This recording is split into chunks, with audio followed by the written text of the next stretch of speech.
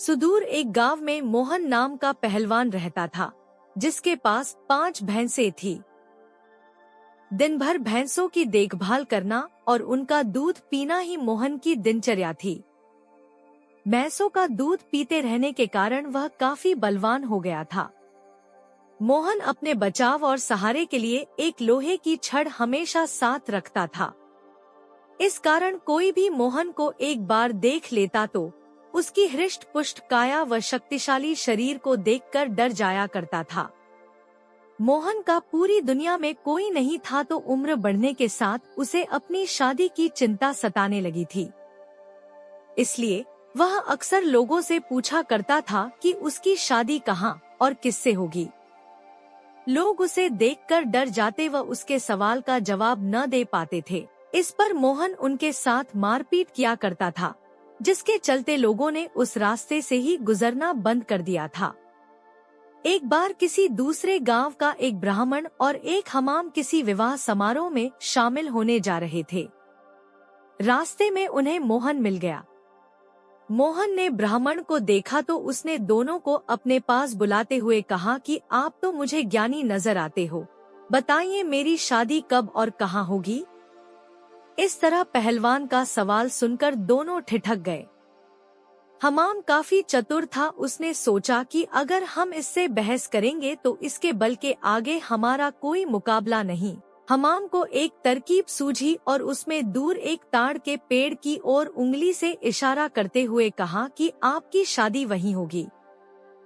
हमाम की बात सुनकर मोहन फूला नहीं समाया और प्रसन्न होकर उसने अपनी 5 भैंसें दोनों को दान में दे दी और ताड़ के पेड़ की दिशा में चल पड़ा।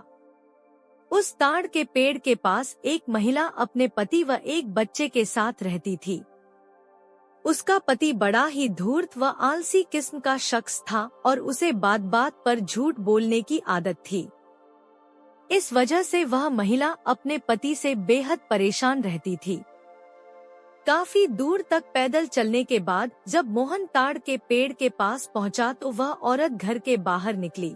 घर के आंगन में प्रवेश करते हुए मोहन लड़खड़ा कर गिर पड़ा और उसका एक हाथ औरत के गाल पर तमाचे की तरह लग गया। औरत को लगा कि पहलवान जरूर उसके पति को जानता होगा। अपने एक हाथ से गाल मलते हुए औरत ने पहलवान को अतिथि कक्ष में बैठने के लिए कहा और उसे जलपान कराने लगी। इतने में औरत का पति वहां पहुंच गया। एक पराये मर्द के साथ अपनी पत्नी को देखकर वह गुस्से से मोहन की ओर इशारा कर पत्नी से पूछने लगा कि यह शख्स कौन है। औरत ने डरते हुए कहा कि उसे लगा कि वह परिचित है, इसलिए उसने उसे भीतर आने दिया। अपनी पत्नी की बात सुनकर वह शख्स और भी क्रोधित हो गया और लड़ने के लिए मोहन की ओर झपका। शख्स को रोकने के लिए मोहन ने अपने लोहे की छड़ उसके सिर पर रख दी, जिससे वह आदमी वहीं मर गया। यह सब दृश्य देखकर उसकी पत्नी रोने लगी। माहौल को देखकर पहलवान वहां से जाने लगा तो उस औरत ने मोहन को रोक लिया और कहने लगी कि उसके पति के अलावा घर में कमाने वाला कोई नहीं था और उनकी मृत्यु के बाद अब तुम्हें हमारे साथ ही रहना होगा। इसके बाद मोहन उस औरत के साथ उसी घर में रहने लगा।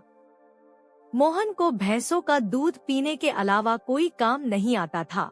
ऐसे में कुछ दिन बाद जब घर का राशन खत्म होने लगा तो महिला ने उससे कहा कि वह बाहर जाकर कुछ कमा कर लेकर आए या फिर राजा के पास जाकर खेती के लिए जमीन मांग ले ताकि वह खेती कर अपना भरण पोषण कर सके। महिला की बात सुनकर पहलवान अपने लोहे की छड़ उठाए राजमहल की ओर चल पड़ा। राजमहल के पास पहुंचने पर सभी द्वारपाल और सैनिक मोहन की काया देखकर डर से कांपने लगे और तुरंत राजा तक सूचना पहुंचाई कि कोई बलवान हाथ में लोहे की छड़ लिए महल की ओर बढ़ता चला आ रहा है। सूचना पाकर राजा ने तुरंत अपने मुंशी को बुलाया और उसे तत्काल पहलवान के पास जाकर आने का कारण पूछने को कहा। पहलवान मुंशी को खेती के लिए जमीन मांगने की अपनी विनती बताता है। संदेश लेकर राजा के पास पहुंचने पर राजा पहलवान को ढेर सारी जमीन देने का आदेश देता है। मुंशी बेहद चतुर होता है तो वह राजा द्वारा पहलवान को दी गई अधिकांश जमीन स्वयं के लिए रखकर मोहन को कब्रिस्तान के पास एक बंजर जमीन का छोटा सा टुकड़ा दे देता है, जिसे पाकर पहलवान खुशी खुशी वापस लौट जाता है। उस बंजर जमीन के पास के बीच में एक पीपल का पेड़ होता है, जिस पर भूतों का बसेरा होता है। जमीन को फसल उगाने योग्य बनाने के लिए जब पहलवान जुताई शुरू करता है तो पेड़ के कारण उसे खेत जोतने में परेशानी आने लगती है। मोहन उस पेड़ को उखाड़ने की ठान लेता है और अपनी लोहे की छड़ से उस पर प्रहार करता है, जिससे करीब 150 भूत पेड़ से नीचे गिर जाते हैं और गुस्से से पहलवान की ओर लड़ने के लिए दौड़ते हैं। पहलवान अपनी छड़ से सभी भूतों के छक्के छुड़ा देता है।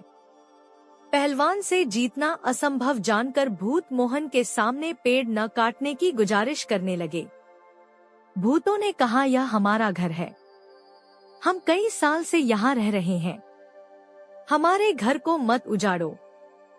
भूतों ने इसके बदले खेतों में काम कर उपज मोहन के घर पहुँचाने का प्रस्ताव रखा। मोहन को भूतों पर दया आ जाती है और वह उनका प्रस्ताव स्वीकार कर घर चला जाता है। इसके बाद से भूत समय समय पर पहलवान के घर हर फसल पहुंचाने लगे। एक बार उन भूतों का गुरु उनसे मिलने आता है।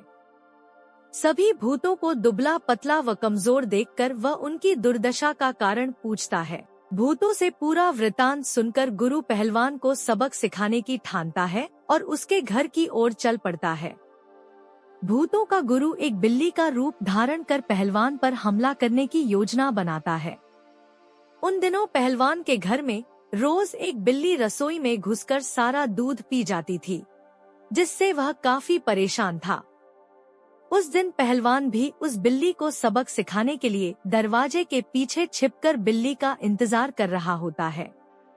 जैसे ही बिल्ली के रूप में भूतों का गुरु कमरे में प्रवेश करता है, पहलवान उस पर प्रहार कर देता है। पहलवान के प्रहार से भूतों के गुरु की कई हड्डियां टूट जाती हैं और वह अपने असली रूप में आकर अपनी जान बख्शने का निवेदन करने लगता है।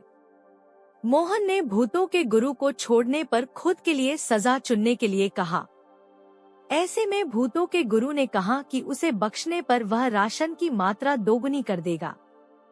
भूतों के गुरु की इस बात पर कुछ देर विचार करने के बाद पहलवान उसे छोड़ देता है। पहलवान के घर से निकलकर भूतों का गुरु सीधे अपने शिष्यों के पास जाता है। शिष्यों के पूछने पर वह उन्हें पूरा वृतांत बताता है और कहता है कि अब से पहलवान के घर भेजने वाले राशन की मात्रा दोगुनी करनी होगी। कहानी से शिक्षा, अगर आपका भाग्य बलवान हो तो विपत्तियां भी अवसर में बदल सकती हैं।